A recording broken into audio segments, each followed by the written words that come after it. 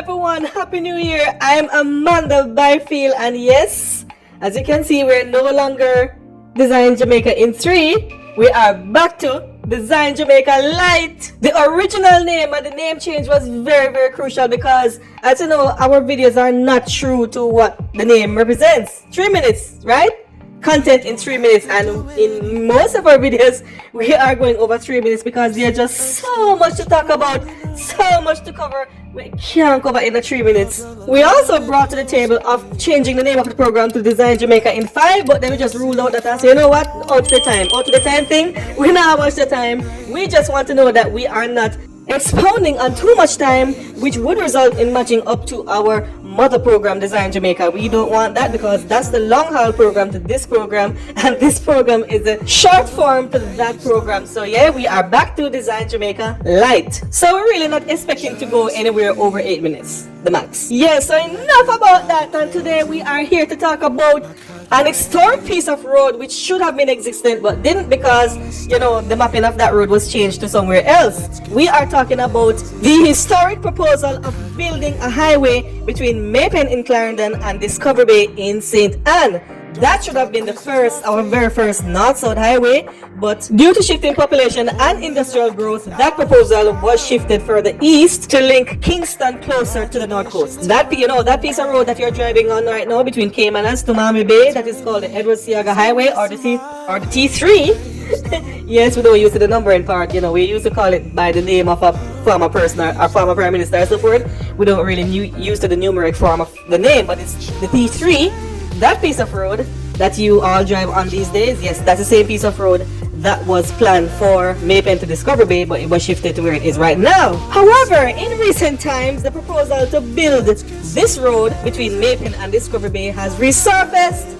Yes, it come back again. Studies have shown that the central part of Jamaica, especially Clarendon, has been for some time and is now considered one of Jamaica's forgotten parishes, as there have been little or no form of infrastructural development in recent times. I mean, the East-West Highway does go through the parish, but really, it has not really benefited the parish infrastructure-wise like it had done to other parishes like St. Catherine and even in Manchester. In other words, this highway is nothing but just a long Clarendon bypass from Kingston to Mandeville. That's basically what it is. It's not benefiting the parish much. I mean, I'm a Kingstonian. I live in Kingston and I sometimes work in Mandeville, and driving on the highway, I noticed that especially when they reach the Maypen interchange, nobody's really turning off in Maypen. Everybody heading straight to Mandeville. So yes, it is true.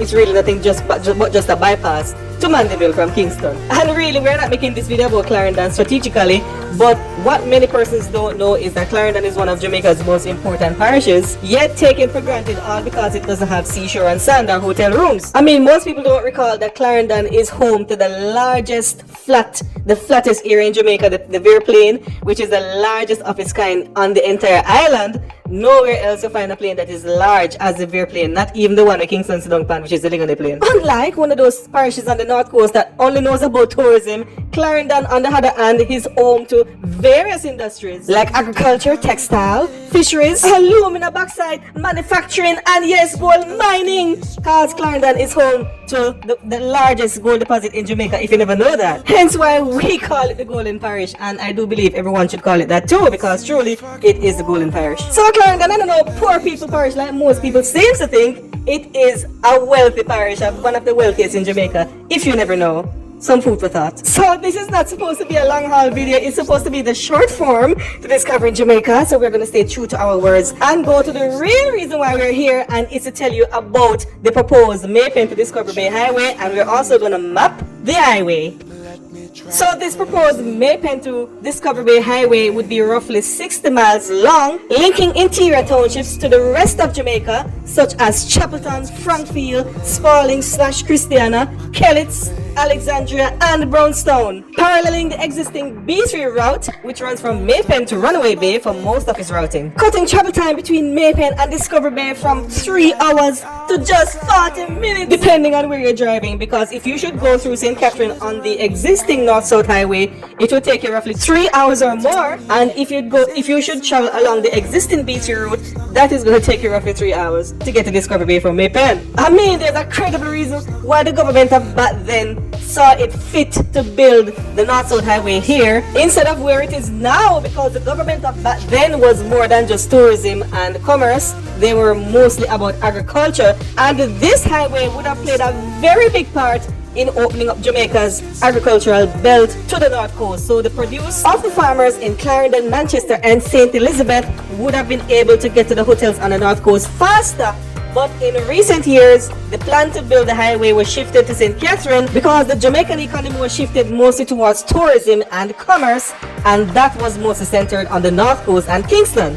So the highway was shifted further east. Now the government of today seems to be realizing that any country that depends on just one single industry to suffice its economy is doomed for failure. One and can't clap. Tourism alone is just not enough. So we must get back to our roots: agriculture, fisheries, manufacturing, and yes, logistics and BPO, which is found mostly on the south coast. So with this, I second the North-South Highway, centrally located in the middle of Jamaica, linking the educational center of Mandeville, the agricultural center of Maypen, and of course the interiors of Christiana and Spalding to the big and mighty tourism north coast is very crucial. Not to mention, if Vernonfield ever to become a thing, Lord of mercy, this road would even have to be extended southward from Maypen into Vernonfield, linking that airport to the north coast. So which means I could have catch a flight from any which part of the world into Vernonfield and get to Bahia within an hour. Driving from Vernonfield, that is, not flying from Miami. Let me just clarify that. So the point is, this highway is very crucial and must be not just revisited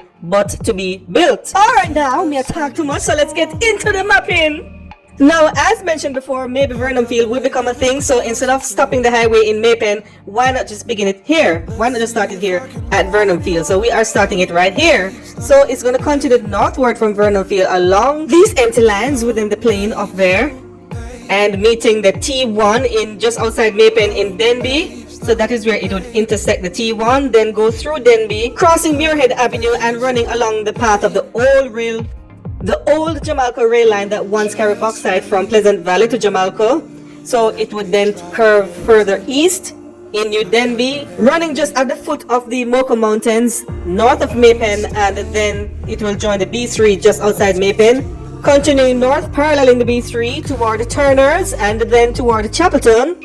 And of course, there would have been a bypass for Chapelton. The highway then continues along the B3, heading slightly west toward Summerfield and then into Trout Hall, where it would head north along with the B3, then continues north through Alston and Cave Valley, and then enter the parish of St. Anne in Cave Valley.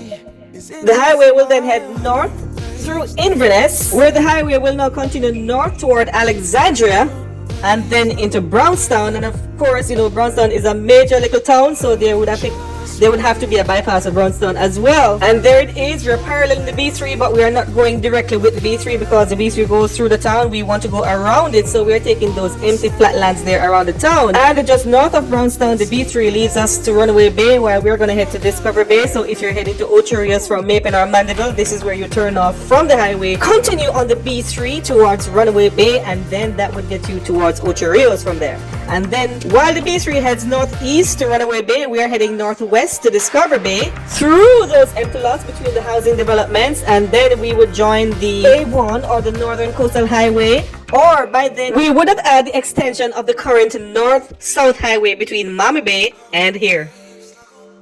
Wow, so there you have it. Once again, we break our promise, but I saw you go when you're just excited about infrastructural development in Jamaica. And one thing I never pointed out about the highway intersecting in Maypen, Maypen would now become the only place in Jamaica where you have both a north-south and an east-west highway intersecting each other, and both highways continuing south or east or west or north without stopping.